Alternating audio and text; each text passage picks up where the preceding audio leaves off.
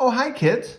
So what we have today is we're going to look at box plots. And box plots is honestly one of the more confusing parts about data and how we can visualize it. So I'm going to go back and look at this. And this is the one we did the first time. Now, we looked at mean, median, mode, range, interquartile range, all of that through this. And I want to talk about how to represent it through a box plots and how this can tell me some parts of data in this problem. So the first thing I'm going to do is I'm going to draw my number line. And this is a little weird here because these numbers go all the way from 2 points to 60. So I might want to break this down. Maybe instead of counting by ones here, because that would be a lot of lines, maybe I want to count by something different. What do you think we should count by? No, I don't like that either. What else could we count by? No? Okay. I'm just going to count by fives then. That might be better. 0, 5, 10, 15, 20, 25, 30, 35, 40, 45, 50. Can't believe I ran out of room again. This is 2 days in a row now. And it's much easier when I do this on a giant smartboard. Okay, here we go. 60. There we go. Make sure to include all of my numbers here, all the way from 0 to 60. Now, in this type of problem, we have to do stuff in a certain order. Okay, we're not going to be putting dots on this number line just like we did with my dot plot. Instead, we're going to actually take a look at basically these pieces of information: the median, the range, and the interquartile range. And that's how we're going to represent this on this number line right here. So I'm going to start by taking all these numbers and putting them in order. Now, good thing I have my cheat sheet from the other day off screen so you guys cannot see me cheating.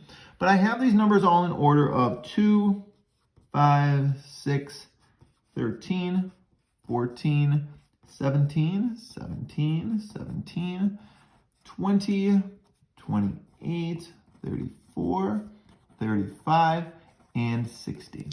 Now, from when we did this the other day, we found that once we put these in order, we have a lot of information that it tells us. So the first thing that we looked at was this number right here, which we called my median. This one was right in the middle. So I'm going to just draw a line at 17. Perfect. Now, I'm also going to, if you guys remember this from the other day, we cut this and we broke this down as well. We said, what is the middle of each of these sections right here? And I believe we said this one, when we cut it in half, was 9.5. You can check from the work the other day if you don't believe me.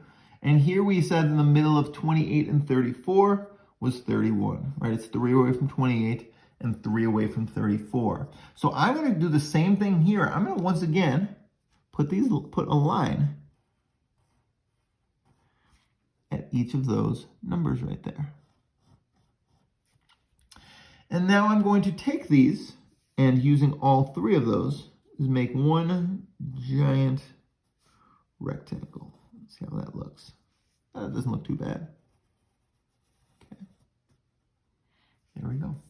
And one of the reasons why we do this and why you might see this as a really good source of information, that represents half of my data right there. That's 50%. That's the middle 50%. And when I do this, because I actually use box plots a lot when I'm trying to figure out how students did on a test, I don't always care about the top students because I know my top students are going to get really good grades, and the bottom students, sometimes people just have really bad test taking abilities or just for some reason didn't study.